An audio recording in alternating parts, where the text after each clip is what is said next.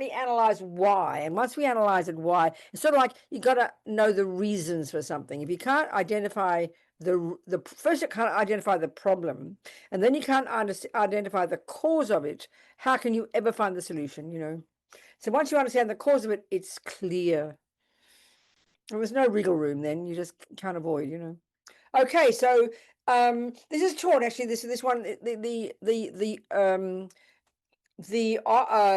quality called enthusiasm or enthusiastic perseverance or joyful effort is what the fourth of the six perfections on the bodhisattva path of the Lamrim is referred to. And they all say that is the most important. So those first four perfections, each is more difficult than the next. The first one is generosity. Then you practice the action of helping others, and then the next one is called patience, and then the next one is called enthusiasm. They seem these sort of fairly disconnected four concepts, but there's a lot of logic to them. But the fourth one is the most important on the entire path, in a sense, because if we don't have that, if you don't have enthusiasm, if you don't make effort, if you're joyful, if your effort isn't joyful, or persevere, they're all coming to the same thing, then you won't be successful. You know, you can have wisdom coming out your ears. You can even be, you know, with incredible compassion. But if you don't have enthusiasm, if you don't have this perseverance, this not giving up attitude, then you will not be successful. So, okay, so only way to, and then when you hear about it, enthusiasm, it sounds lovely, but we have no idea how to get it. You know, we can't even, it doesn't tell us anything. Effort, we can't, we've got to analyze it, and it's really so clear when you do. So the opposite of enthusiasm is called laziness, okay? And there are three levels. I mean, they teach it slightly differently, but I like to put it this way. And the second one is what we call procrastination. The second one is where we put things off. So let's analyze them, because once we do, it's so clear. And then we don't have any, there's no confusion any longer. And we know the answer super clear. We know the solution, you know. So the first one is really just, I can't be bothered. You know, and we know that. We are so intimately familiar with that. Can't be bothered. So have a look at this. So first of all, they're talking here very specifically in relation to the Dharma and Dharma practice, not in terms of going to the gym every day or washing the dishes or making money. In other words, it's not meant to be relating. In fact, doing samsaric activities with enthusiasm is a type of laziness. But we're not discussing that here. I'm keeping it very direct. So I'm going to use analogies and examples in ordinary examples because we really understand them. But it's specifically referring to enthusiasm for practice, enthusiasm for our Dharma, enthusiasm for our practice, which is, you know, so the very first thing, first of all, the very first point, and it's really helpful to hear this. The Lamas all say, and it's so logical, that if you don't, you know, the only way you'll ever have enthusiasm to do something, therefore not be lazy, and we're going to go into it, is when you know the benefits of something. So we look at samsara. Nobody has to convince us of the benefits of sleep. Nobody convinces of the benefits of our best coffee or getting what attachment wants or all the things we know that preoccupy our lives, the things that we're attached to, actually. And that's fine. That's just how it is. But we know when we know the benefits of whatever it is, we will do it because we can see the result. You know, we can see even just getting that ice cream you like. You don't care if you go to 6 different shops, you're prepared to persevere to do it. So that's first point. So that's what's difficult. It's easy to see the benefit of going to the gym. It's easy to see the benefit of nice food and comfort and people smiling at you and all those kinds of things. In other words, attachment getting what it wants. But it's very hard to be enthusiastic about the long-term result, which means to become a Buddha. In fact, it's so abstract, it's so long distance. Even if we see His Holiness and see Lama Zopa as crystal clear examples of the benefit, you know, of this goal, it's still very hard because it's so distant for us. But we have to think about it, you know. So then let's look at this 3 levels, and you can even say 4, but let's say 3 levels of laziness, which are the exact opposite of enthusiasm. So but when we understand what it is, it's really clear, we don't analyze it. So what laziness is, the first one is, I can't be bothered. I can't be bothered. It's so clear. So then you ask yourself the question, what can't you be bothered doing? Well, it's really obvious. The thing you can't be bothered doing is the thing that you can't do, that you're not capable of, and that's why it's difficult, because you're not good at it. So you go to the gym, and again, ordinary example, you are initially enthusiastic. You think about it, you go from work, you go into town, or go wherever, you put your things on, you go to the gym, and you've got the goal in mind, and this is the point, necessarily it takes effort. So what that means is this: you start doing your push-ups, or your machine. I like that boat one, I like that rowing machine. So you start doing the machine, and you are breathing nicely, and you're doing it, and you're all enthusiastic, you got it. But look what happens the moment it becomes difficult. So that's the second that attachment isn't getting what it wants. You see, and this is the point now. This is the entire point. It's attachment to comfort, not to sex, not to drugs, maybe to being seen as a nice person by the next bloke down on the machine. But the primordial attachment here is the grossest one of all. It's attachment to our comfort zone, feeling comfortable. And if you understand this, it's a revelation. So, of course, anything you can't do properly, demands effort. So there's got to be that point at which you go beyond that bit of pain. You stretch yourself to that next little step. And if you don't do that, you will never change. So if you go to the gym and then do your machine, and the moment it starts to hurt, meaning the moment your attachment's not happy, and you stop and you say, oh, I just did the gym. No, you didn't, because we know you've got to go beyond that point, and it's got to hurt. In other words, you've got to go beyond attachment, and that is that we do not want to do. It is primordially painful to do what attachment doesn't want, and that means be cold when you want to be warm. Be warm when you want to be cold. Push yourself at the gym. Get up early. Do anything. And the moment your comfort zone, and we're talking mental and physical, the moment our comfort zone is threatened, that's the can't be bothered. And that's the worst disease of the universe. And that's what the ordinary laziness is. Can't be bothered. You want to sit back, put your feet up, and be comfortable.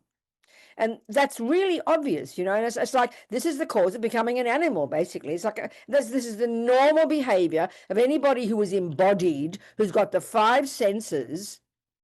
We want to be comfortable. And even if forget about getting extra things like more money, or even getting beautiful, or extra clothes, or extra food, just the grossest level, which is the level of can't be bothered, is just give me something so I can feel comfortable.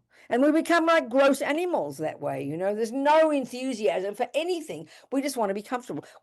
We sleep when we feel like it. We eat when we feel like it. We get up when we feel like it. We sit down when we feel like it. That's really what following the craving for the body to be comfortable. Forget the mind, that's can't be bothered. And we know you will, and that's the thing, the thing that takes effort is the thing you can't do. And the thing that takes effort is what attachment doesn't want, because you threaten your comfort. Now, mentally, absolutely for sure, we have a really feeling that it's just, this is actually later on, we'll discuss it, but this gross comfort zone is for all of us, is so common, I can't be bothered. I can't be bothered.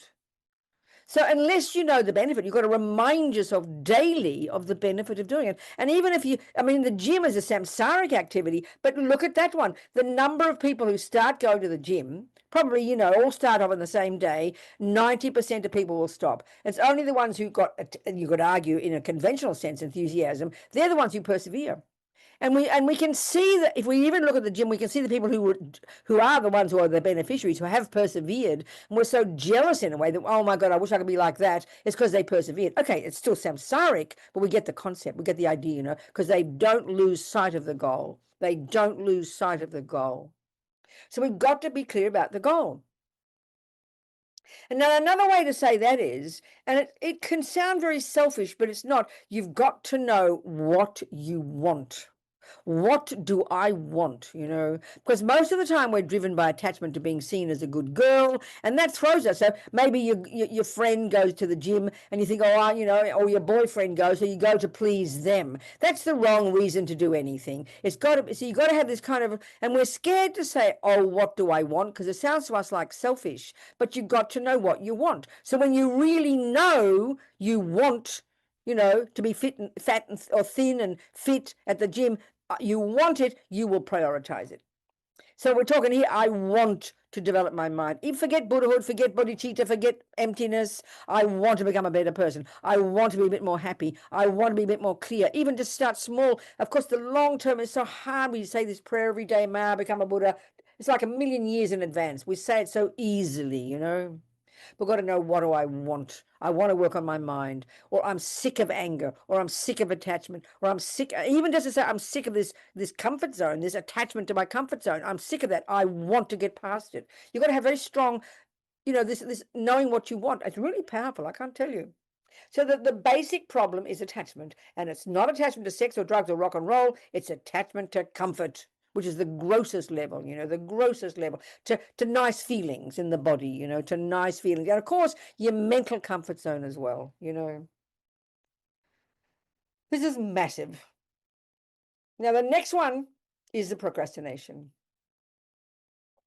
It's just the first one with another added on top piece, So the first thing is, you think of the gym, using the gym as an analogy, even though it's technically samsara, or your practice. Think of your practice. Yeah, let's just use the one as your practice. Because this is the one problem that the vast majority of people have. We put things off. We get lazy. We can't be bothered. We start doing our practice. We start doing our thing. It gets shorter and shorter. And the number of people just 6 months later, you think, what Buddhist? Who's Buddhist? We don't even remember. So the first one is can't be bothered. Then the next one is, the next one is a lie. Putting things off, you are lying to yourself.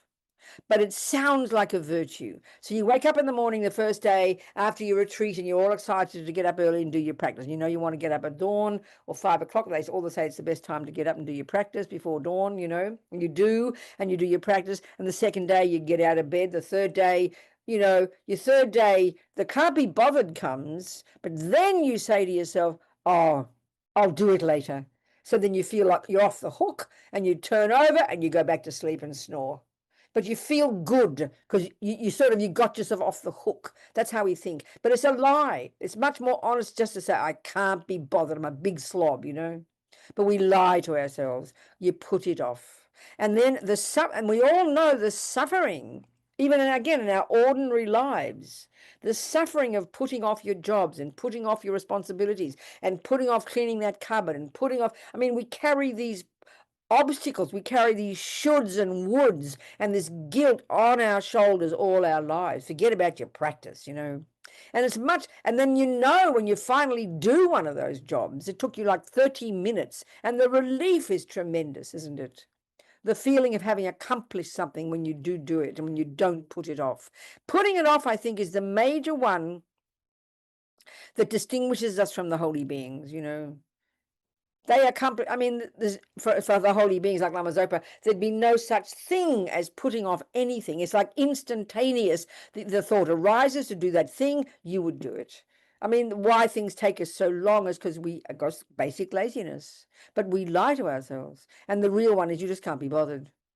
But you lie. And we do this. It's so common. And then the burden of it, the guilt of it, and the shame of it, and the wishing we didn't put things off. We carry these things around with ourselves. We know that. It's so painful, I should do this and I should do that. But it's so quick. I've had a look at my own life. And I'm fortunate, I suppose, because most of my jobs happen to be called Dharma. So, happy to be called Dharma. But there's still jobs on my computer, because everything goes on my computer. And, my different jobs, write to the prisoners and do this one and do that one, edit this and blah, whatever they are. And there's certain jobs I prefer. We're all like that. Certain jobs we prefer to do. So, okay, they're all Dharma, so I'm fortunate. But there's some I just keep putting off. But it happens so quick. Like, I look at my list of jobs, And within a millisecond, so quick you forget it, so quick you don't even notice. But I thought of that job, and within a second, a millisecond, a half a second, a tenth of a second, I've gone away. I've said, no, I'll do it later. But I don't even notice. It's so wicked. I tell you, it's so wicked. And you look at it every day, or you get up off your desk, you go over there, have a cup of tea and settle. You go here and you'll go, I'll do my practice. And before I know it, something, it's 4 p.m. and I haven't done my third session or my second session, because you put things off so easily. So we're giving into attachment 1,000 times a day. Okay, we're human. This is how it is, but we've got to identify the problem. We've got to identify it, putting it off 1,000 times a day. We do it.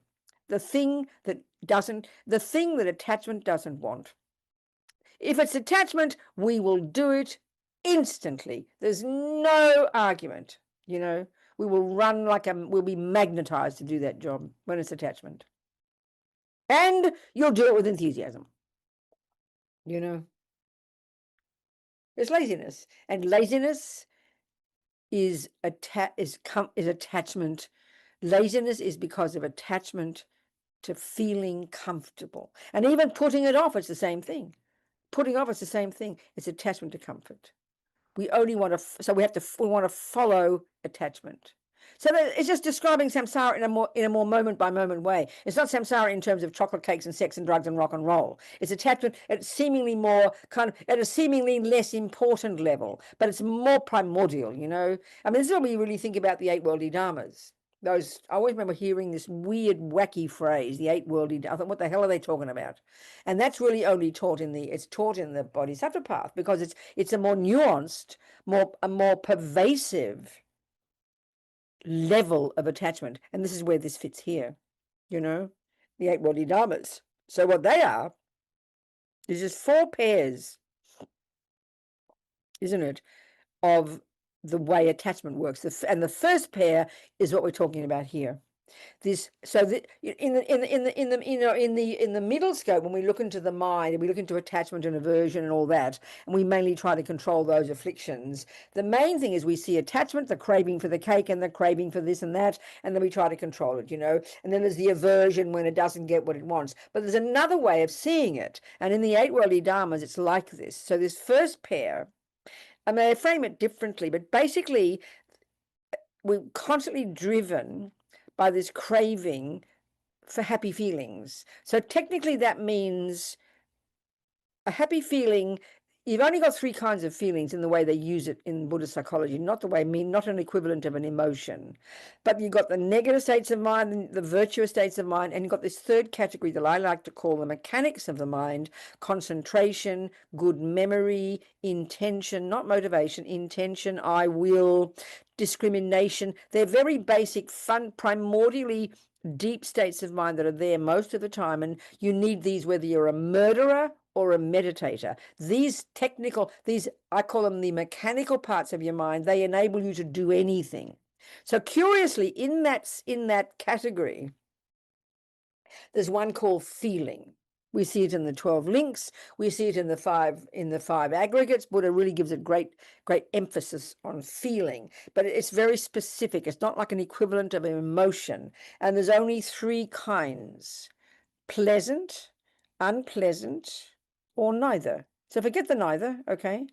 We only are concerned about the pleasant feelings and the unpleasant feelings. So you go now to the negative states of mind and you have attachment. So attachment's main job is to find the external event or person or thing or sound or smell or taste such that when you have contact with it, a pleasant feeling is triggered. That's attachment's job. We're sort of attached to the cake, but it's really just the cake is to get the pleasant feeling. I mean, if cake made you vomit, you wouldn't be attached to cake. So almost as if the object of attachment is just the means for the real thing, which is the craving for pleasant feelings. So that could be on the spectrum of the most best bliss on the planet to the most mild pleasant feeling. And that every millisecond of our mind, and this is Buddha's analysis, we are having either a pleasant feeling or an unpleasant one, and really forget the neutral, okay? So of course, attachment only wants ever pleasant feelings. ever. And that drives all of us. It's even if we're nice people, until we're highly advanced, until we're bodhisattvas or we've got realizations of emptiness, it's going to be the one that drives the show. Forget attachment to sex and drugs and rock and roll, just craving for pleasant feelings. So this way of putting the first pair, is this constant attachment to pleasant feelings. And then the millisecond the pleasant feeling stops and becomes an unpleasant feeling, that we can say that attachment continues, but now it shifts its emphasis to be free of the unpleasant feeling. This is what drives our lives. I mean, the next lot are attachment to praise, attachment to this kind of thing. But this is the craving to be comfortable, meaning the most basic level, a pleasant feeling, And then the millisecond a pleasant feeling stops because, the coffee was cold or something, then instantly the attachment shifts to being free of the unpleasant feeling. So this pleasant feeling, this attachment for our comfort zone is a way of putting that, I think.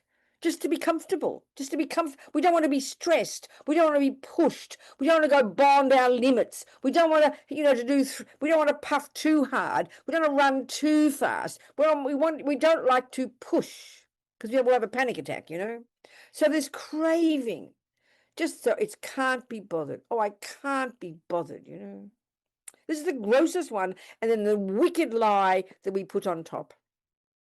Oh, I'll do it later. I'll do it later. And then we get off the hook. We feel phew. We're not brave enough to say, I'm a big slob, I can't be bothered. We make ourselves sound like a saint. So this is the one that's the most painful, because it also the burden of carrying around all these things we've put off doing, because they stick with us with it. We hold onto them, they're there, and then we feel bad. And this is the tragedy now. As we understand with karma, what it basically means is everything we think and do and say is the process of producing habits. So we know theoretically we can learn to do anything. You just have to develop the habit. So what I'm seeing is, okay, I'll give you an example in my own life. Years and years and years ago, I used to love getting up very early, and I'd leap out of bed when I did my practice very nicely before I went up to Mandalay when I was living in California to edit Mandalay every day. It was very strict. I enjoyed getting up early, and I really enjoyed doing my practice. This is before cell phones and before distractions of iPads and things, And my computer was up in the office. I had nothing in my room, in my little cabin at Land of Medicine Buddha. I'd get up and I'd do my practice very comfortably. I'd do it. I have enthusiasm for my prostrations and enthusiasm to recite my prayers nicely, and I really did enjoy it. Then something shifted. I had to go to San Francisco. It doesn't matter the reasoning, whatever. And I made this decision. I'd get up when I felt like it. I can't tell you. So I think it's been 20 years or more now, maybe 30. And I'm really not kidding. This is a very big confession. Because I developed the habit of being lazy, the habit of putting off my practice, the habit of putting off my practice, the habit of putting off my practice, I put it off. So to change that habit has been meaning I do get up early and I do my practice, but I've developed some obstacle in my mind. I have an aversion to it. It doesn't give me the same pleasure. Are you understand what I'm saying? So as soon as you start doing something more than once, it becomes a habit. So the one of putting things off, which is ancient habits for so many of us, don't expect overnight you'll suddenly feel blissful again by changing your habit. It's sort of like turning around a truck, turning around a boat as big as the that boat that fell over, the one with that big boats. It hugely takes time. So I get up early, I am disciplined, but still there's this kind of impulse. There's aversion, because I've developed a bad habit. So it takes time. And there's no wriggle room. There's no special answer. It just means we have to say the words, I will do it, and make a decision and be disciplined. There's no other, what prayer will I do? What mantra will I do? Should I do this? Should I get a mo? No, you just have to change the habit and start. That's it. Just start, It's really hard. And then eventually pleasure will come. And this is part of the problem as well. When something doesn't bring a pleasant feeling, then of course we don't want to do it. But if you have enthusiasm, like if you go to the gym because you know the pushing and pushing and pushing and the sweating and the panting is going to give you that body, that becomes a pleasure because you feel the result. For me, when I did Kung Fu 6 days a week when I was working in London, I had incredible enthusiasm for it. And I'd be exhausted. I mean, I'd be dragging. I mean, we'd be doing these 30 push-ups on our knuckles. I could hardly breathe. I was exhausted. I could drag myself home, but my mind was happy. Your mind was happy. I'm just talking here. I'm sure we all recognize. Yeah. And I haven't even mentioned the worst laziness yet. So any discussions about this point? Any questions, discussions? And again, with habit, the tragedy is every time you put it off, you believe you can't do it. So to suddenly shift and say, I can do it, we almost don't believe it. So we have to be respectful to ourselves to know that broken old habits die hard, but there's no choice. And it's one step at a time. So any questions, people, on this so far? And then I'll go into the third one in a minute. The third laziness. Any questions? Anybody? Nobody.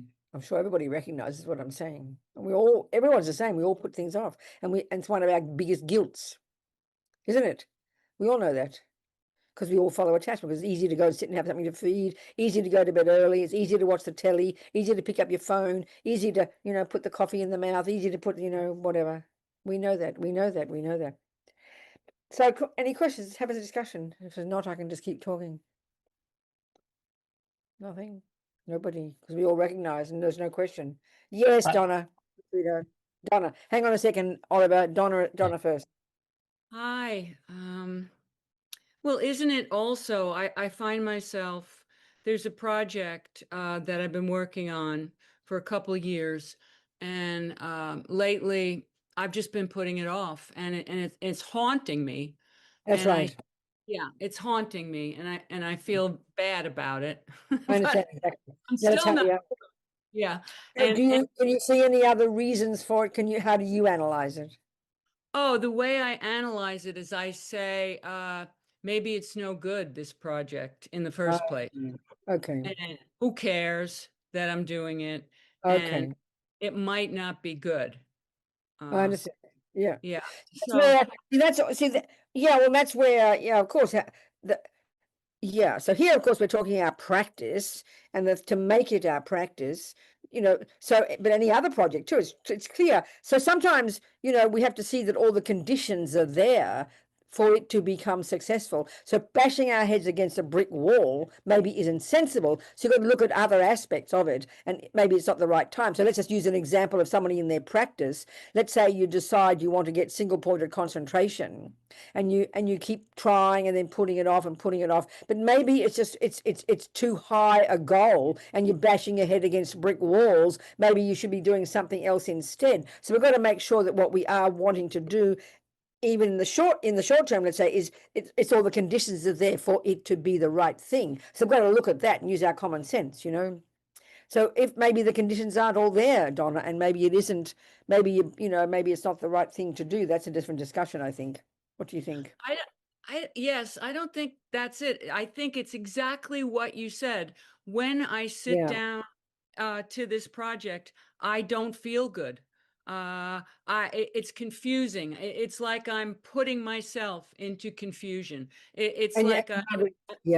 Yeah. I want to be inspired, but by doing it, then I'll be inspired. Yeah, that's right. And it's always the beginning part that's difficult, because if you go to the gym and you think, oh, all excited, I've been to the gym, and you come home and you look in the mirror, you look just as bad as before, and you even feel worse. So you've got to have clarity about the benefit of the goal and know that it takes time. We've got to have some more bit of humility with ourselves and know that muddle in the beginning. Like if you want to grow a garden and you visualize all the beautiful roses, but every day you go out there and you dig and dig and dig at all the weeds, you can easily give up in despair. We've got to see the benefit of it, and really, and that perseverance has got to be incremental, and know that's, so once it gets a flow, so you've got to, again, and also be clear that you've got all the right methods, you've got all the right conditions in place and the right tools to do the job, It's, no, it's a tough one, Donna. It's true. It absolutely is a tough one. Good, thank you. Go on then, Oliver. Yes, Oliver. Thank you. It might be similar to that question, but I was wondering, can we push ourselves too hard? Like you're talking about, we need to push ourselves. Well, that's just another type of attachment. It's like obsessive and neurotic. You go to the gym and you exhaust yourself and break your back and you can't do anything. You've got to be intelligent about it and understand the process properly, and it's incremental and it's one step at a time, instead of pushing, because the pushing one is also another version of attachment. It's neurotic and obsessive, and then there's no benefit whatsoever. So I think the real one is understanding that everything, everything is one step at a time, one little thing. You do a certain amount of gardening, you pull out some weeds. You don't sit there all night pulling out weeds and then get so exhausted you can't touch it tomorrow. You don't go and sit on your cushion for 4 hours. You'll develop incredible aversion. So you've got to be very humble and know it's one step at a time, and that every little step does count. Not be craving greedily for the result. And we tend to do that. We get very obsessive and extreme. So we've got to be wise, of course we do. So the real point also is understand the process, understand its cause and effect, one step at a time. And then at the end, each step, rejoice. You come home and you rejoice that you did some practice. In other words, it's the one of discipline, just being disciplined. And that can also be extreme. Some people can be so fanatic, even when you're dying of pneumonia, you're determined to get up there and do your practice, but you're hallucinating, So you've got to be flexible, but at the same time disciplined. We've got to be, and I'm really the one of putting it off, we've got to be honest with ourselves. And if maybe you might, it's necessary to put it off because someone's out there dying, so you've got to put off your practice, but do it for the right reason, not out of a lazy reason. That's important. So all of it together demands some wisdom and some humility with ourselves, but it does also demand you've got all the conditions in place to do it properly. You understand? And then know the process, know the logical process. That's important. But I think the key one is rejoice. Every time you do a little bit, you rejoice in your effort, you rejoice in your practice, you rejoice in the progress. So every time I do my practice now, I do enjoy now, but I'm happy I do it. I'm glad and I rejoice. That's important to kind of perk yourself up, It's important to do that, definitely. Thank you. Thank you so much. Anybody else? Robina, are we developing an attachment to practice by finding enjoyment in it? If we have this sort of trick in our mind that we're so driven by attachment, are we essentially creating an attachment in a sense? Well, no. Pleasure is not necessarily from attachment. This is the point. Attachment, its main function is this emotional hunger, and its main function, when it puts itself onto something, it exaggerates the delicious qualities of it. So I would say to you, if you are attached to your practice, then I think go for it, baby. Don't worry about it. It's an amazing thing. Not in the sense, but if you're sitting there with your partner and you're all attached to this idea of yourself being a meditator, and they dare to make a blink or make a noise, would you be quiet? I'm practicing. That's attachment to your own sense of your ridiculous self. That's not practice. So if anybody, so I know, so if you have got attachment, meaning, okay, in the bodhisattva path, Lama Zopa said you can use attachment. You can use it. So if you are so fortunate that you love doing your push-ups and you love doing your practice every day, and it does give you pleasure, wow, I'm going to rejoice for you. Do you see my point? Pleasure but pleasure is not coming only from attachment. Pleasure comes from being virtuous. Pleasure comes from doing a good job. We want more pleasure. Nothing wrong. Pleasure is good, but you understand the difference. So be happy if you've got some pleasure doing your practice. Amazing. Mm-hmm. Do you understand me? Yeah. And the thing about attachment too is if it is attachment, then it's obsessive. And then if there's any interruption in it, like your husband dares to say, can you please give us a second, you'll get all upset. Well, that's not virtue. That's just rubbish. You understand? And it won't last, because attachment never lasts. You know, you get bored after a while. Do you understand? Yeah. Yeah. Okay. Okay. Someone else. Anybody? Any point? So let's look at the third one, which seems surprising because it doesn't sound like a laziness. But this is the worst one. The deepest. It's the one that says, oh, I can't do that. Impossible. I can't achieve that. Not possible. And that, I think, is the major one that holds all of us back. And this is where, you know, like, I mean, even the gym one, which again is a samsaric example. If you don't have much self-confidence and you see this person at the gym who's really accomplished the goal, and you're all inspired by her and you want to become like her, and then, you know, the effort it takes is pretty tremendous, and you try not to put it off, but you don't feel like you're getting anywhere. You don't feel like you're making progress, and you just kind of give up. It's really just it's lack of it's the opposite to confident. It's low self-esteem. Oh, I can't do that. But often it can be sounding like humility. Oh no, I couldn't be that. That's too advanced for me and not possible, you know. And that's where it's very easy with practice to do that. When we think of people like Lama Zopa or His Holiness, who seem evidently to be examples of the end result, they're the proof of the pudding, you know.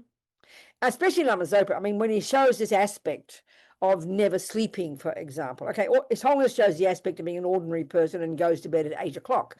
And then kind of you sigh with relief. Oh, I can do that. But when Lama Zopa, even as a little boy, showed no interest in sleep, already just that alone puts him in this category of not, of course we would say, I can't possibly be like that. And right now, it is in fact true, I couldn't possibly be like that. So then we tend to think, oh, it's not possible, I can't be bothered. So but when, again, this point, I think, is we have to see it's a process. It's incremental. It's one step at a time. I love this phrase, you pave the way. So for me, like, for example, the one I think about, the one of Rinpoche never sleeping. Venerable Rogers said, you know, that sleep for Rinpoche is a disgusting waste of time. So we know that he's driven. There's no attachment in him. He has to be fairly advanced. There's no attachment. So there's only enthusiasm, and there's only virtue, and there's only wisdom, and there's only compassion, let's say. So for him, it's like, I mean, he's made effort all these years, and no doubt there's still effort at his own level, but it just seems too impossible, you know, to even pretend. So when I think about the sleep one, and I look at my own attachment to sleep, and of course in our culture, and this is an important point, most of the time in our culture we would never think of attachment to sleep because we think sleep is necessary. But of course you have to sleep, and we think sleep is good. So within our limits of who we are now, you're absolutely right. But from the point of view of a long-term perspective of practice, it's one of the grossest lazinesses possible. 8 hours of total ignorance, you know. I mean, we don't like talking this way in the West. It sounds so wicked. It sounds very cruel and very bizarre to say that you're lazy because you sleep. But from the long-term perspective of the greatest yogis, yes, it is the grossest laziness. But given that we're ordinary samsaric beings with ordinary attachment and total addiction from countless lifetimes of needing our sleep, animals do it, we've been doing it in countless lifetimes, then you've got to be realistic. So, you know, instead of just saying, oh, I can't be like Lama Zopa, and putting him up on a pedestal, which is the worst kind of thing to do, because when we realize, you see, these bodhisattvas, these holy beings, these Buddhas, they have gone way beyond needing a body from their own side. They do not need bodies. They are well beyond needing a body. So you've got to understand that it's their incredible compassion and their bodhicitta, in fact, that is the cause of why they even bother being born. They don't need to be. And you've got to understand that. So out of incredible compassion, the only reason they manifest in these bodies is to show us how to do it. So when you understand that, then it's not just, oh, there's Lama Zopa, I can't be like that. There's the Dalai, oh, that's just the Dalai Lama, I can't be that way. That's gross. Yes, you can be that way, but it's one step at a time. So you have the goal, like the gym, you see the amazing human being, you see what they've achieved, you find their methodology, and you go one step at a time, rejoicing in each step that you do it, and looking, if you like, using your energy of looking forward to the goal. It's really important. So with sleep one, I don't even pretend to try to have less, you know. I mean, I don't, if I have to sleep, I will, but I prefer, you know, I have a certain number. I like to go to bed at a certain time, get up early, do my water bowls, blah, blah, blah. I like to do that. But it's always an effort to wake up in the morning. I'd rather go back to sleep. Anyway, what I say to myself when I hit the pillow, I have a very nice pillow.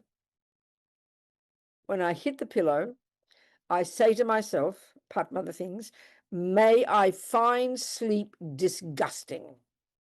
And why I say that is when you understand karma, that every thought you have stays in your mind. You're developing the habit. So I want to develop the habit to find sleep disgusting. It won't ripen in this life, I promise. But they all say karma multiplies hugely by the next life. So if I say that every day, then I will wake up next life with no interest in sleep. I'm so excited. So understanding karma in the long term is very sensible. So yes, absolutely, I want to find sleep disgusting. I want to have the enthusiasm.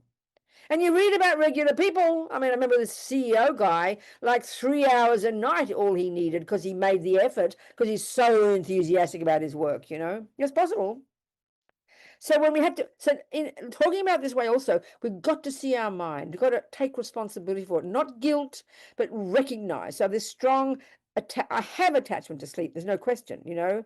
By the time I'm finishing here, it'll be about 9 o'clock, 9:30. I'll finish my practice. And in the back of my mind is bed, you know.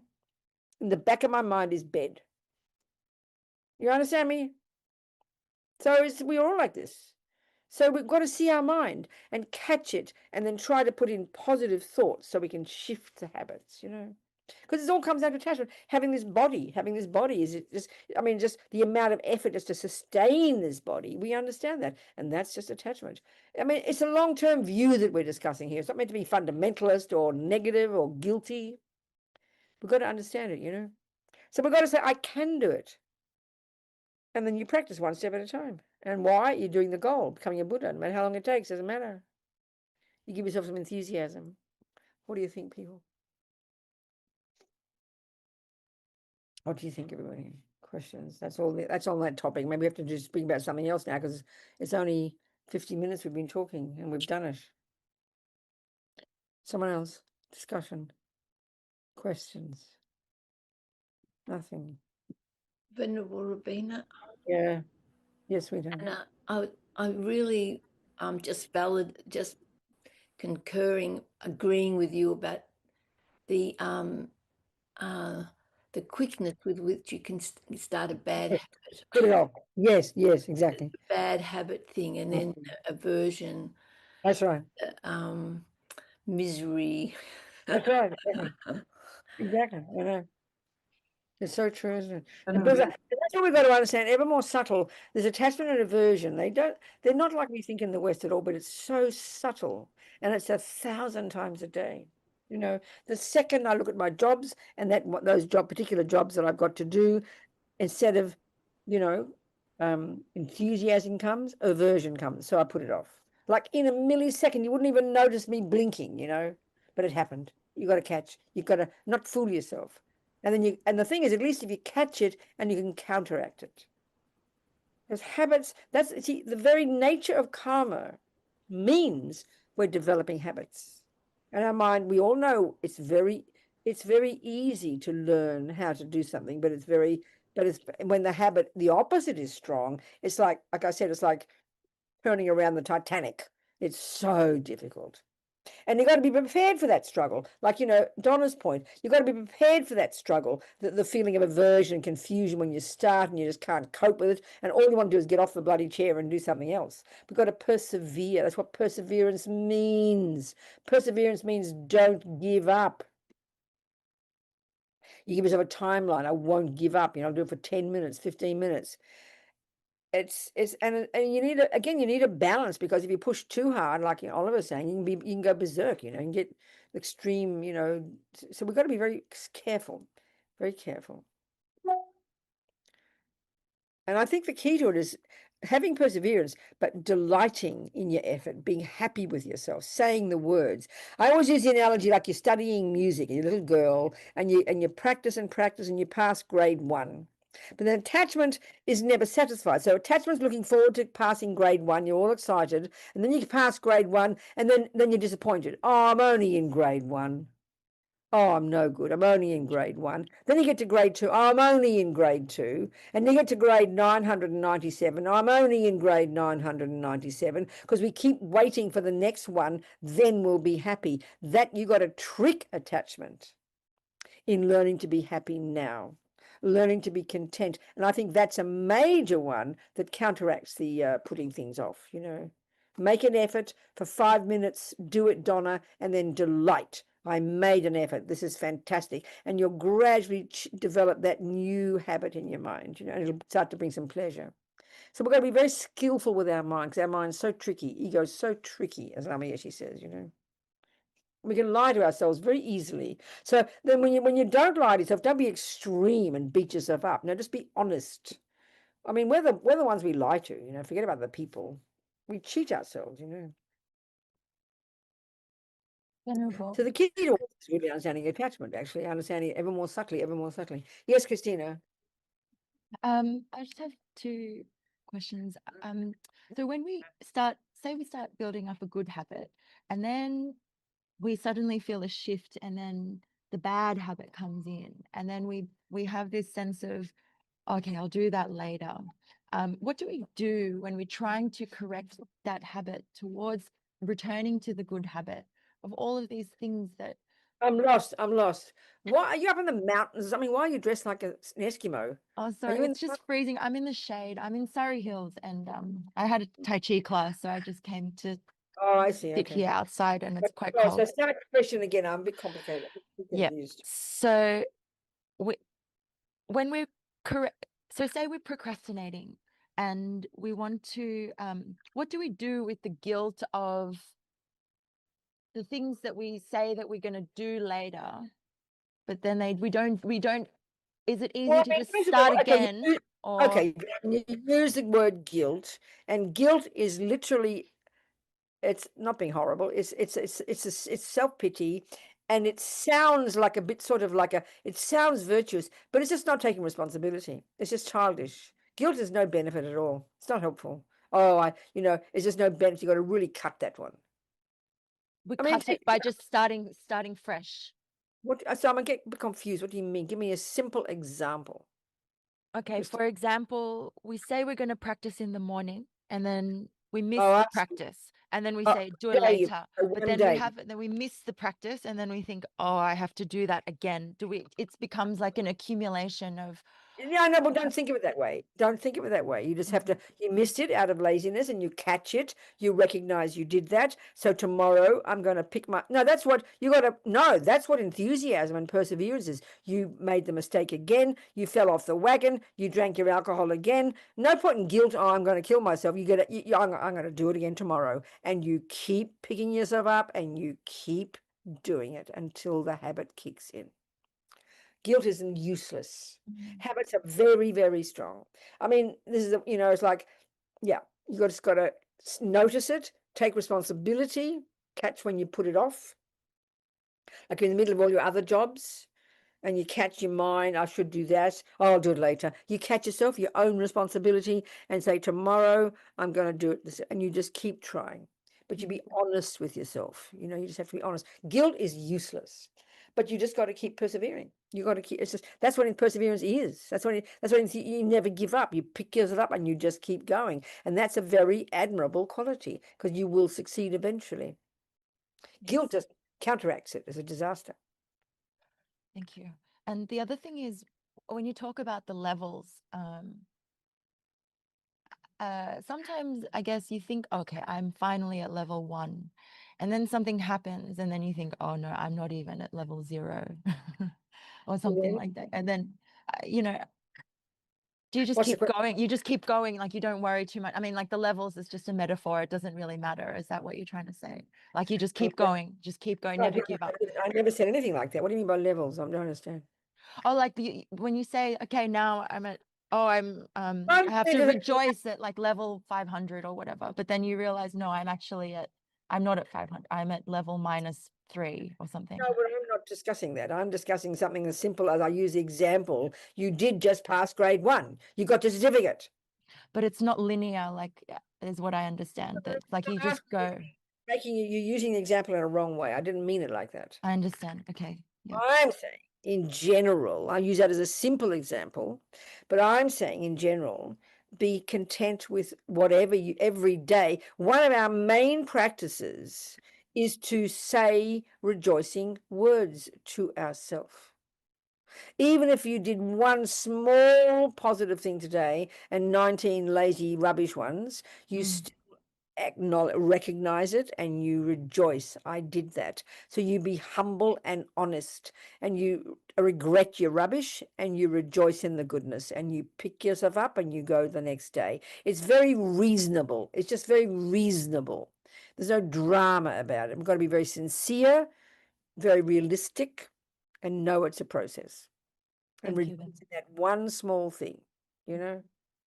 It's hard because if you shout it, if you're making a vow not to be angry with your boyfriend, when you shout it 7 times today, you can get a bit depressed, you know. But rejoice that you didn't get angry 8 times. Acknowledge your little bit of effort every day, and then make the wish to do it a bit better tomorrow. And with optimism, it's the optimistic view that's really important as well. That keeps you going, you know. Thank you. Okay, sweetheart. Nicole had her hand up, I think. All right, Nicole, talk to me, sweetheart. Oh, I just wanted to add to the conversation. Yeah. My teacher, he was a heroin addict who became a monk, and he's just wonderful. And he says, rejoice in the fact that you wanted to do it. You know, just There you go. It's wonderful, Nicole. Yes. had the intention to do something. That's even is one. So I think that's what I think that's a good point. That's the enthusiasm. Is that that's the not giving up part. The enthusiasm about it is not giving up, not despairing. You know, because it's so easy to despair. But do not give up. Fall down and you pick yourself up and you just keep going. And that means having confidence in the fact that the mind is flexible and we can change. But the rejoicing is so important. The rejoicing, I think we really do forget that in our culture. We don't like to do it. We never like to have positive thoughts about ourselves. We almost think it's naughty, you know, but it's one of the most powerful things. Positive thoughts are so beneficial. I can't stress that enough. So that's a good point. Thank you, Nicole. I have a question. Yes. I think it's related. My kids are kind of annoyed with me because I don't do the things that they think I should be doing, like going out and doing the things other parents are doing. And yes. Yeah.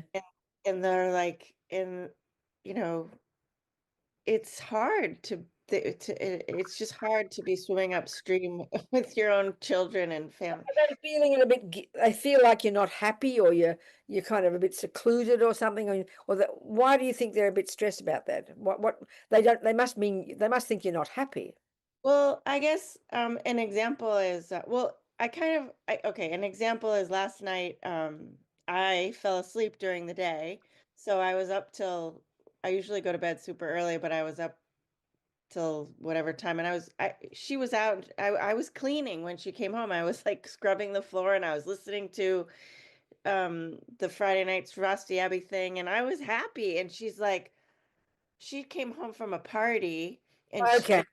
what do you? It's so intense in here, and I was like, well, but it hurt my feelings in a way and that's my insecurity and my self-centered thought. But yeah, I think Intense because you're just washing the dishes or something. I mean that I don't think you got anything that's wrong. It's just her. That's her mind, you know. I mean, if you were Yeah. sitting drinking alcohol and having a party with somebody, she'd be happy. I Right. know. I think it's. I just. Yeah. Yes. Well, then maybe also do some. Maybe sometimes go out with her, take her for a drink, then, so she can counteract it. She lives with you, does she? Yeah. Yeah. Like. Yeah. I mean, maybe then that's what mothers have to do, is just do what their children want sometimes and take her out for a meal. And I suppose you do that as well. I know, but Maybe that's. attached to her approving of my lifestyle. You know, easily. I mean, that's right. We're so sensitive to, so vulnerable to somebody else's opinion, especially a daughter. Oh my God, yes. So then just, that's mainly the thing for you, I'd say. Yeah. And, you know, just, yeah, exactly. I think you want her. Yeah, that's right. I think you're a good point. That's a good point, Nicole. Give that one up. Who else then, people? Come on. Or what shall we talk about our last 28 minutes? Yes, Reese, sweetheart. Oh, hi. I read the Lamrim yearbook every day, and Lamrim is often heavy duty with some of the stuff he says. Right. But it's good. It's opens your mind up. And it's, I don't know if it's the way I'm reading it. So he talks about all the different realms. So I've read your book about dying happy and understanding death, and then I look at what he's been talking about all the hell room, the Hunger Ghost realms, and all that.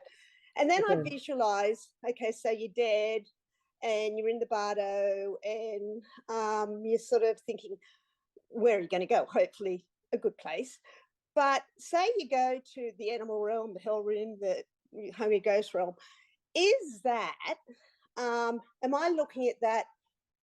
I'm sort of thinking, hey, I'm going to this place there. But is that place actually just coming back to where we are in samsara, but in that horrible realm as such? Do you know what I mean? Not quite. I want to be clear what you mean, Ree. So just ask it a different way, that bit. Okay, so I mean, is your question, what is an animal realm? I'm in the bardo, and I haven't achieved where I wanted to go. And say I went to... Before you go further, the way the death process is, this is why it's so crucial to have someone supporting you at the time you're dying, because when the death process starts, and that's a couple of hours usually before you stop breathing, that's the period when the karmic seed that in your bank vault of billions of karmic seeds, when that karmic seed will be triggered, which is the one that will determine your next birth. So if you die in a good way, adhering mantras and someone supporting you, then a positive karmic seed will be triggered, and then in the intermediate state it'll be fine. You won't worry. So what's the real question then? Okay, yeah, I get exactly what you're saying there, but these different realms... Okay, you're asking what the realms are, in other words. No, I know what all the realms are, but okay, so what's the question? but are they? I'm visualizing the different realms. It's actually just coming back to where we are, living here in samsara, in this horrible, like I've been born in a place where there's hunger and disgusting life and all that sort of stuff. But what do you mean, darling? Because Ree is in a human body. She's got mind, which she's got access to her virtues, and then if her mind, due to some negative karma triggered at the time you die, then throws you into the dog womb, you'll get born as a puppy dog. I mean, a puppy dog is not Ree. What do you mean come back to the same? You become a puppy dog. Yeah. Different kind of mind. I guess huh? Go on. No, you tell me. What's the question? Yeah, I guess I'm just sort of looking at when it does happen and wherever I go, that is just, I'm having trouble explaining. It's just what I pictured in my mind. I've died and I've come back as a puppy dog, but all these different realms are actually in samsara here now. As opposed to what? I guess going somewhere else to another planet. I don't know. Okay, I sort of hear. Okay, let me explain then. Let me explain. Okay. So we have a mind, a consciousness, and it's got a continuity of mental moments. It's like a river of mental moments, and it's going back and back and back into past. Think of a simple linear past and present and future. So before Ree before your consciousness found its way to Ree's mummy's fallopian tube, where it joined with daddy's sperm, which was the first moment of re-beginning, Ree's consciousness was in a previous body a few weeks before that. And that could have been a dog body or a human body. And then when that person was conceived, the same thing, your mind goes back and your mind goes back. And the 1900s, you're somewhere else, and the 1800s. And you could go back in a simple linear sense. Your consciousness goes back. And as you get more advanced and as you get clairvoyance, you'll be able to see all these rebirths. And they're very real people, real animals, and real experiences here and now. There's nothing fancy about it. So that at this moment in time, there are trillions of minds. Some have a human body. At this moment in time today,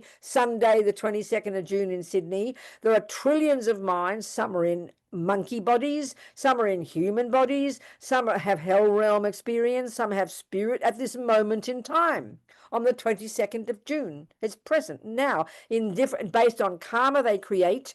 And you see, because when you look at the Vajrayana model of the way the world is, we've got gross body, subtle body, and then there's a very subtle physical energy. And inextricably linked at each of those stages is your gross mind, which is your sensory consciousness. Then your subtle mind is all your thoughts and feelings.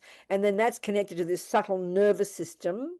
And then you've got a very subtle mind and very subtle physical energy. And then, so then due to your karma, the karma you created, you get reborn, and basically our minds are all conjoined with the four elements, basically. So due to virtue, we've got a mind conjoined with the elements. It looks like a human body. If some heavy negative karma ripens, your consciousness will join the egg and sperm of the mummy puppy dog, and you'll have a puppy dog body with a puppy dog mind. Very deep ignorance, very intense fear. If it's a spirit mind, your four elements are more subtle, but your mind is conjoined with those four elements, almost like mostly the air element, and you're born like a hungry ghost. If it's a hell mind due to very heavy negative karma, basically the four elements are almost like predominantly like the fire energy, and your mind is conjoined with the fire element, and so you have intensive mental experiences. They're very real experiences of real beings with different configurations of the four elements, which is what their bodies are.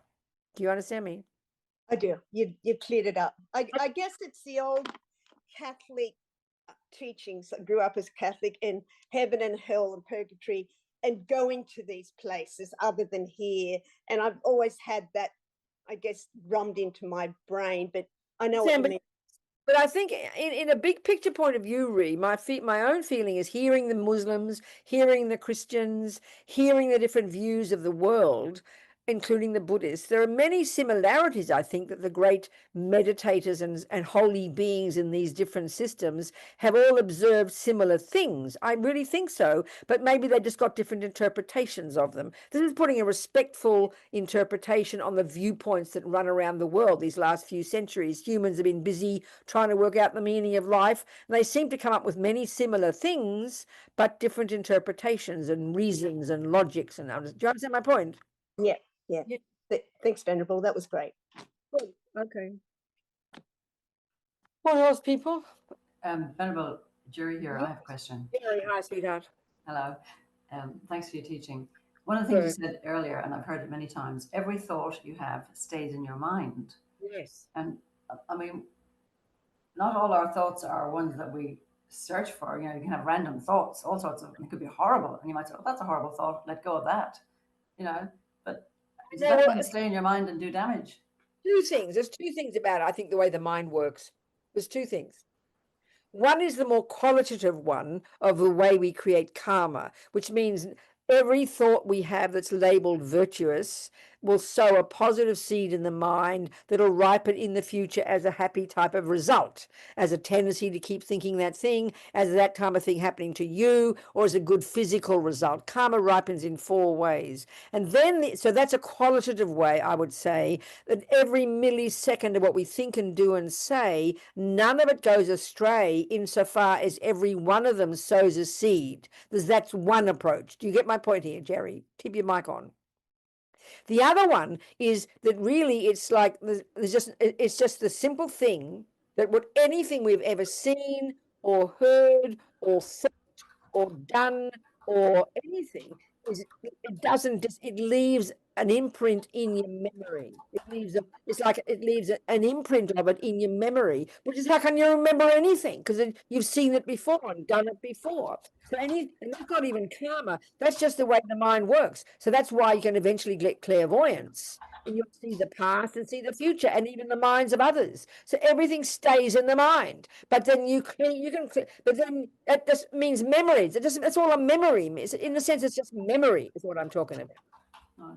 But Because the karma one is, go some on. of the thoughts might not be things that you'd want, like just random horrible thought. Oh, that's a horrible thought, and you want to not have it, I know. Well, then what you do with that is the thought arises because it's been there before. It wouldn't come otherwise. So if you notice the thought, you hear it's non-virtuous, you regret it, and you think, I don't want that thought. So you own it. You don't be scared of it. You own it. I mean, there's lots of garbage that pops up in our minds. We have no idea why. It's from heavy-duty past memories. Like good things come in our mind. So if we observe it, acknowledge it, recognize what it is, know it's not our true nature, regret it, and try to change. I'd be happy to see it. At least not identify with it as me and not be scared. That's very common. I think we're scared. I mean, when people, like, especially if there's some strong habits there, like one of the people I know on death row in Kentucky, he's the guy who used to come where I'd go to the classes. He thinks of torture. This is karma as well. He thinks of torture all the time because his habit was so powerful. So we don't even know why we have habits because we don't talk about karma, So that's a really strong karmic one. But things just popping up out of the blue, this can happen and it can be very scary. But knowing then those ones, when you don't have a strong tendency to follow it, but it's there, you must have had it in the mind, it's popped up. Oh, right. Sorry, that was frozen. You were frozen on my screen for a while. You said the guy in death row thinks of torture all the time. Yes. And then my screen was frozen. It must be what? My screen was frozen. I didn't hear what you said after that. Oh, I see. Sorry, would you mind just saying that a little bit again? Story about him is that's the things that, okay, you wake up in this life, Jerry, and every one of us has certain ideas. We get certain things we don't like. We have a tendency to steal, tendency to lie, tendency to be loving. That's the karmic one. We literally created our own personality, our own tendencies. So if you've got a habit to be good at piano, it's because you've done it before. A habit to torture is because you've done it before. A habit to play the piano is because you've done it before. That's one approach to what I'm talking about, which is the karmic tendencies. The other one is everything you've seen and heard and is all there as a memory. Well, sometimes we can conjure up memories from when we're a child. I remember sometime one of my sisters, I was talking about how I had this very vivid dream in which I could see and smell and almost touch with crystal clarity our house where we lived in Murrumbina in Melbourne. It was all, in other words, it was a vivid, crystal clear dream, like as if I was there. It's because I have been there and I can see the cupboard, I can hear the sound of the door. All those memories are there, but we don't often access our memories. That's the other one I'm talking about. And that's eventually you can get clairvoyance and remember a past life. That's the quality of the other one I'm saying. That's the point I'm getting at. Right. What I'm saying. So if I'm hearing you correctly, then you're saying there's maybe a random horrible thought. It's from some past karma. So you just need to acknowledge it and regret it. And and the fact that it doesn't come all the time and you want to follow it, like my poor friend who just wants to torture all the time, that's heavy duty. So, but there's billions of thoughts in there, billions of memories, and they mostly don't even arise because we're living at a very gross level of our mind now, which is conceptuality. But when we get single point of concentration, that's where you can start to see in the past and literally remember this life and that life. I mean, I had this vivid dream where I could remember the house what we lived when we were kids, but because it's stored in my mind, but we can't access it at this grosser level. But the random thoughts that pop up, there's billions of them in there, So if it pops up out of nowhere, luckily you don't want to do it again. You own it, regret it, don't identify with it, don't be scared of it, and that's it, Do you understand? Thank you. Good. All right. Yeah. Okay, what else, people? What else? We could end. I have a question, another one. Good, darling. This is Nicole. Yes, Nicole, sweet. Okay, so we're if we're on the we're on the bodhisattva path, and we're going to keep coming back until every sentient being is enlightened. And then if all the bumblebees and all the bugs are all enlightened, is it just going to be a completely different, what's going to be?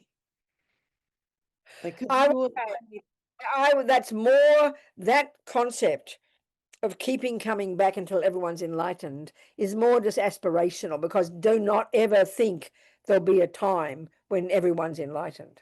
I don't think it's ever, I don't think it's going to be 40 trillion eons. If we look at behavior of the vast majority of even humans, they even say, it's not meant to be depressing. It's really meant to be giving us the energy to have the enthusiasm that no matter how long it takes, we will keep coming back. And that's what the Buddhas do. So, I mean, even they say the vast majority of humans on the planet right now, when they die, will be born in the lower realms. So it's like, don't hold your breath, because our attachment wants it to be all lovely, and we can imagine one day when they're all going to be enlightened. But more, that's the aspirational energy of the bodhisattvas and Buddhas, that they just simply, when you finally become a Buddha, your mind pervades the universe. You see every mind as if it were right there, all their past, all their future, all their present. You see exactly you have infinite compassion for every being, and you have this infinite power to manifest your mind right there in limitless bodies, in limitless universes, for this limitless time, for the sake of limitless sentient beings. And that's what you continue to do never endingly. And that's it. But it's the enthusiasm to want to continue to come no matter what that the bodhisattvas have, that compels them. So you're saying that So if we're enlightened, Nicole, there would be no universes. There'd just be blissful, all pervasive, all manifesting, all compassionate consciousnesses pervading wherever there's no existence. There's no realms. Realms of existence are only existing because sentient beings create karma. But if sentient beings all stop creating karma, there'd be no universes. There'd just be pure mind, billions of pure minds. That's it. Because the only reason bodhisattvas and Buddhas manifest in bodies looking like you and me is to help us. There's no other reason. They don't need bodies. Do you understand? Do you think that that's possible one day, that it will just all be pure minds? Well, it's my point before. My whole point. My whole point is, if the vast majority, like, to get a human body is like winning the lottery. It's inconceivable. But 7 billion humans right now, the vast majority are not looking at their mind. The vast majority are not necessarily practicing ethics. The vast majority lie, steal, kill, harm, creating negative karma. And so, of course, they're going to be born in the lower realms. So if the vast majority of humans will be born in the lower realms, forget about the hell beings and the spirits and the animals and the rest. Of course, they're going to be born in the lower realms, because delusions are strong. Negative karma is strong. But if they were all enlightened, yeah, they'd just be blissful, radiant minds, nothing more. Thank you. Real one is to have the enthusiasm to never give up. That's the bodhisattva attitude, I think. Do you understand? And it's all kind of mind-boggling even talking this way, isn't it? It sounds so abstract and strange for us, especially coming from the materialist point of view. And it seems quite exhausting too, because at least Christians, I remember I was very funny, I was talking to some Lutherans one time in Kathmandu. A group of Lutheran tourists came to the center and they wanted to know about Buddhism. So I was talking about the bodhisattva path and how you pray to come back and back and back, never endingly, to benefit others. And then one of the guys said, "No, I want to go to heaven to be with God, and that's it." He was very, very shocked. Sounds so depressed. Anyway, so I mean, this enthusiasm one, this bodhicitta one is too over the top for me. It's just outrageous, These holy beings acting like this is too much. But that's what they're taught. So just one step at a time, folks. It's the best way to think. One step at a time. Okay, people, enough for tonight. For me tonight. That's okay. We're done. Yeah, we're done. Good enough. Yes, thank you. When's our next? Good on you, Katie. When's our next meeting? I look at my calendar. I've got it in, I think. Well, there it is. Yeah, sorry to interrupt. This is my first time I've actually tuned in. Who are you? Who are you? Oh, Katie. Hello, darling. Yes. Hi. Yes. Is it useful for you or weird? This is unbelievable because I have tuned in. I'll be honest. Yeah, it's funny that you mentioned Lutheran, late mother. I don't know what that instilled in me. Yes. Heaven knows, maybe my piousness and righteousness. But I'm come to this, well, recommended, but also with a background in therapy, counseling, but learning. And I just want to thank you. Okay, Katie. Good. Yeah. I'm very happy. I'm going to keep joining in if that's okay. Okay, sweetheart. Well, I'm happy. I'm a Melbourne girl living in New York City right now. So, well, don't come down under because it's freezing. I'm just out of Sydney, and it's terrible. But I'm be in Sydney in October doing the happiness conference. But also, I'm going to be giving a talk to the Buddhist psychology something or other group as well. So we might see each other in Sydney. Oh, look, I'll tell you what. I'll force my way in. Thank you. Sweetheart, good. I'm very happy, Katie. Thank you, darling. Thank you, everybody. Happy to see you all. Americans, Australians, as well as the Americans. It's okay. So we'll see you all sometime again very soon. And thank you so much. And no need for prayers. That's it. We're done. Delight in what we've done. Be happy. Put a positive thought in our minds. Okay. Be delighted and never give up and go one step at a time. And never giving up means never giving up on our potential. That's the key. That's the one. Okay, darlings.